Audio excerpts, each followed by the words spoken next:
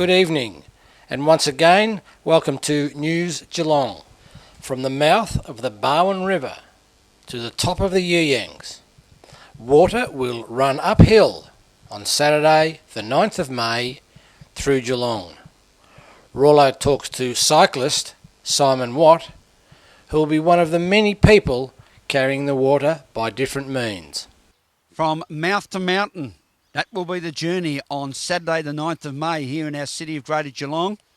And on one of the legs of the relay, of which there are 9, there will be from Limeburners Bay around near the Geelong Grammar School through to the Yuyangs will be the cycling leg. And joining me today is one of the 12 cyclists that will be taking part, Simon Watt. How are you, Simon? I'm well, thanks, Grant. And welcome to Geelong News Geelong. Thanks, it's a great pleasure to be here. Now, viewers, Simon has got a very special bike here. Now, I call it a bike, but what's its proper name? Well, a bike is a good name, I like that, but recumbent bike is how we typically refer it, and the people who do recumbent riding even abbreviate that to bent. A bent, I ride a bent. Yeah. A bent? Yeah. I don't like that, recumbent. Yeah, I like recumbent better than a bent. I don't. Yeah, well, it has other connotations. Yeah, that's right. You know, I don't like to think that I'm a bent rider. I like to be a recumbent rider. Simon, how long have you been involved in this great sport? I've been cycling seriously again since about 2000. I took it up commuting to and fro to work, and I did that for 3 or 4 years and thought I was starting to like it again and got into a bit of touring. And then I joined the local Geelong touring cyclists, who are a great bunch of very diverse people of all ages and all fitnesses. And that led into long-distance riding. So I'm now a member of Audax Australia, and Audax Australia is an endurance, non-competitive, but long-distance riding. So their shortest distance internationally is 200 kilometres, and it goes up 200, 300, 400, 600, 1200. Shortest distance, 200k. So you really, this bike is one you'd say is built for comfort. Exactly, yes. And for me, it's the difference between the stress on wrists, neck, back, bum, all of that's gone. Your neck to bum is fully supported, your head is upright, so it's only legs. It's only doing the ride that becomes important. Simon, as our viewers can probably see, I mean, you are a reasonably big-boned man, and you know, to see you on such a small bike like this, in a comfortable position, over 200k plus k, it obviously speaks volume. What are some of the features of the bike? I suppose the first thing you notice is that it's very low. Recumbent bikes come in many forms, and the 2 wheels are less common than 3, but there are a lot of 2-wheelers out there. This is called a low racer format.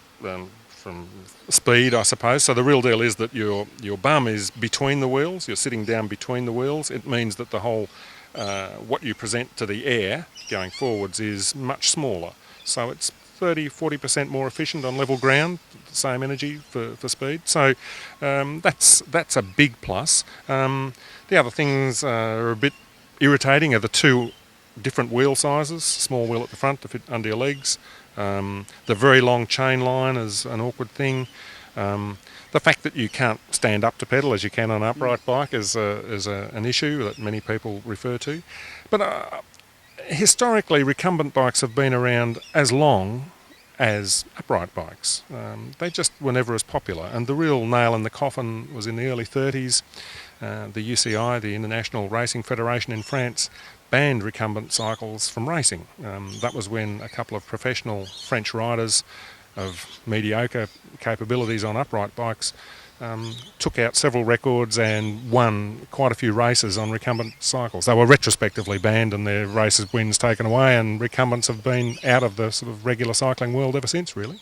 Now, when I have a look at this, first of all, viewers, is when you're sitting down with your backside on this part of the seat down here, and you are stretching out to the pedal power at the front, you're really stretching the hamstrings. Well, yes, although same physical geometry as on an upright bike, from your bum to the pedals, it's the same relationship.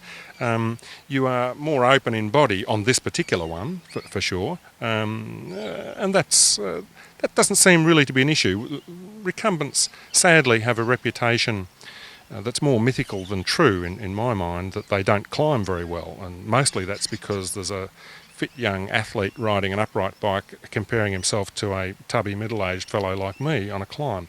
The best comparison, of course, is me to me, so I'm no slower on a climb in this than I was on an upright, and that's very slow, Graham, very slow, but faster everywhere else. I noticed one of the other features is that it is geared on both the pedals and also on the rear wheel spoke. Yeah, well, that's normal. That's conventional. I've got very wide gears. The only emphasis here compared to an upright road bike is wide range gears are triple, three front chain rings, and 9 or 10, 11 even now at the back gives you a very wide range. I've got extremely wide range. I need to go very slow, as I said, on a climb. But I can also go very fast. Gravity works both ways, so dragging this big boned, thank you Graham, I love that, dragging this big boned body up a climb takes a lot of effort, but I always think of the descent. There's that reward. I do a few training runs out on the local Ben Werin, and so to illustrate that, a descent from the top of Ben Werin down to Dean's Marsh, I regularly hit 90 kilometres an hour down there, so so gravity is great. And so would the gravel rash be if you came off? Yeah, we don't think about that. You know that. We never think about those things. Well, we think about them, but we try and make sure our tyres are in good condition and helmets are fitted and our protective lycra, because lycra is such a great thing for deflecting gravel rash. Yes, most certainly. And, of course, those necessary safety helmets. Now, the big question is Saturday the 9th of May, viewers, you've got to be down here in Geelong for the Mouth to Mountain, because you never know, apart from Simon Watt and some fellow cyclists, we could see the Mayor of the City of Greater Geelong, Councillor John Mitchell, with his little bum on that part of this bike having a ride. Oh, that'd be very interesting. Yes. Now he would have to stretch his hamstrings. Well known to stretch anything. Yes, our beloved Mayor, Mr. John Mitchell. Thank you very much, Simon. We wish you all the very best to you and your fellow participants in the Mouth to Mountain on Saturday the 9th of May here at our city of Greater Geelong. It's going to be a magnificent day. It's going to involve a lot of different activities. It's going to be a significant community event, and that's what we're all about here in the city of Greater Geelong, is promoting and being involved in significant community events, and the Mouth to Mountain is certainly one of those. So as they say in the classics, Saturday the 9th of May, be there. Thanks for being with us on News Geelong.